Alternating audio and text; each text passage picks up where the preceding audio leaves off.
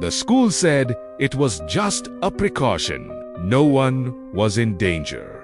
No one was supposed to be inside the building. But something was walking in the hallway. These are the top 3 scariest lockdown stories that still don't make sense. Number 3.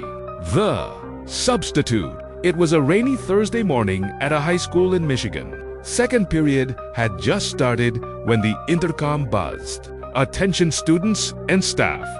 We are initiating a lockdown. At first, no one panicked. They assumed it was a drill. Their substitute teacher, a quiet man none of them had met before, calmly walked to the door and locked it. The students slid under their desks like they had practiced before. But something felt wrong. Instead of turning off the lights and hiding with them, the substitute stayed near the door. He tilted his head slightly, listening. One student whispered, "Isn't he supposed to sit down with us?" The substitute slowly raised one finger to his lips. Silence. Then they heard it. Footsteps, slow, heavy, deliberate footsteps, moving down the hallway outside the classroom. Not running, not panicked. Just steady pacing. Back and forth. Back and forth. The sound echoed against the lockers. One girl carefully lifted her head just enough to glance toward the classroom window, and her heart nearly stopped. Someone was standing outside the door, tall, completely still, facing the glass. She blinked. It was gone. The substitute's face had drained of color. He whispered, almost to himself, "That's not part of the drill." Minutes later, the all-clear announcement came over the intercom. Police searched the entire school. No intruder was found. No broken doors. No signs of entry. But here's what made it worse. When administrators reviewed attendance records later that day, they realized something chilling. There was no substitute scheduled for that classroom. The regular teacher had called in sick, but no one had signed in at the front office. No ID. No more name.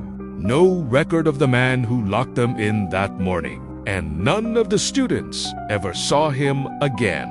Number two, the voice in the closet.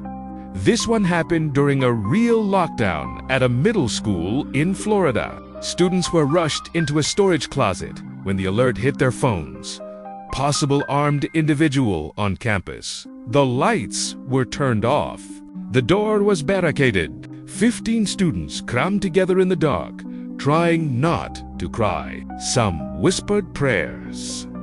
Others covered their mouths to stop themselves from breathing too loudly.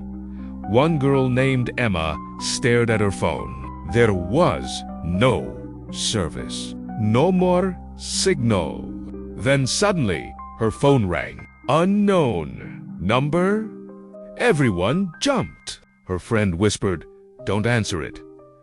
But it kept ringing, over and over again. Finally, with shaking hands, she answered. There was breathing on the other end. Slow, heavy breathing. Then a soft male voice whispered, "I can see you." The call ended.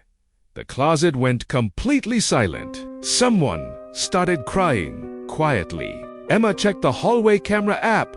The school had installed 4 emergencies. The hallway outside was empty. No more movement. No shadows. Then her phone buzzed again. A text message. No number attached. Just 3 words. Third shelf.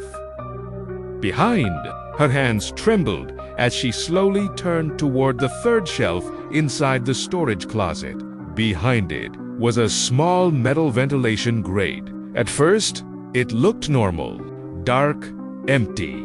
Then, something shifted inside the vent. A faint scraping sound echoed through the metal.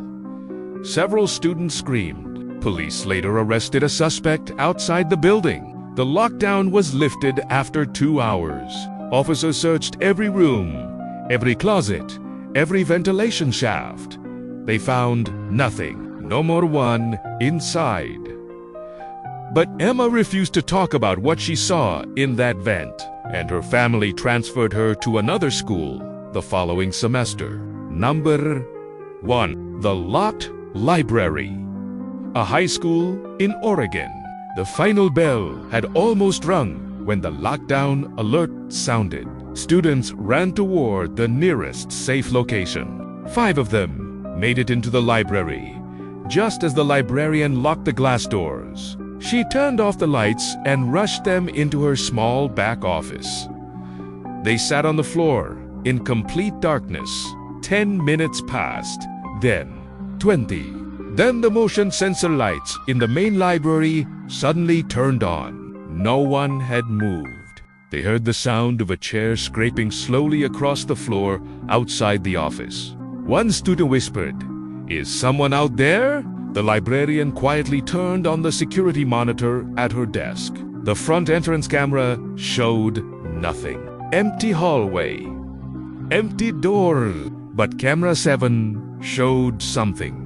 In aisle 7, between the tall bookshelves, stood a shadow. It was too tall, too thin. Its head tilted slightly to one side. It wasn't moving. It was just standing there, facing directly toward the office. The librarian's voice cracked as she whispered, "That's not a person.